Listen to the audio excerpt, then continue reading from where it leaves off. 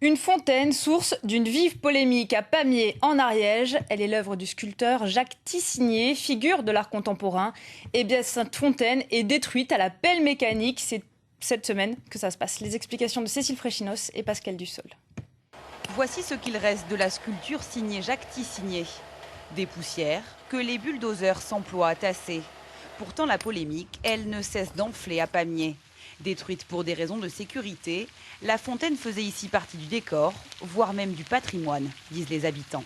Ça gâche tout, ouais, qu'elle soit pas là. Qu'elle soit pas là parce que ça, on trouvait que ça représentait Pamiers et à Noël, un symbole, ouais. Et à Noël, il a décoré, c'était vraiment ce qui embellissait la place. C'est pas bien de l'avoir arraché. Pourquoi ? Parce qu'ils ne nous ont pas avertis ni rien. L'auteur de l'œuvre, Jacques Tissigné, figure de l'art contemporain, n'aurait lui aussi pas été averti. D'origine ariégeoise, il avait conçu cette sculpture pour le bicentenaire de la Révolution. Il se sent aujourd'hui trahi. Ils ont commencé les travaux avant que je reçoive la lettre.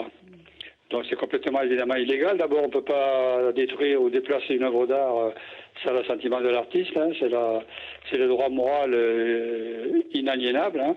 Une destruction au nom du principe de précaution. Au fil des années, la sculpture s'était en effet dégradée, devenant même dangereuse selon la mairie. Car l'œuvre était un terrain de jeu privilégié des enfants.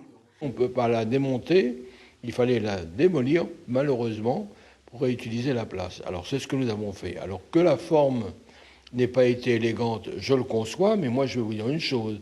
Si on avait consulté, si on avait demandé les autorisations aux uns et aux autres, la fontaine, elle serait encore là.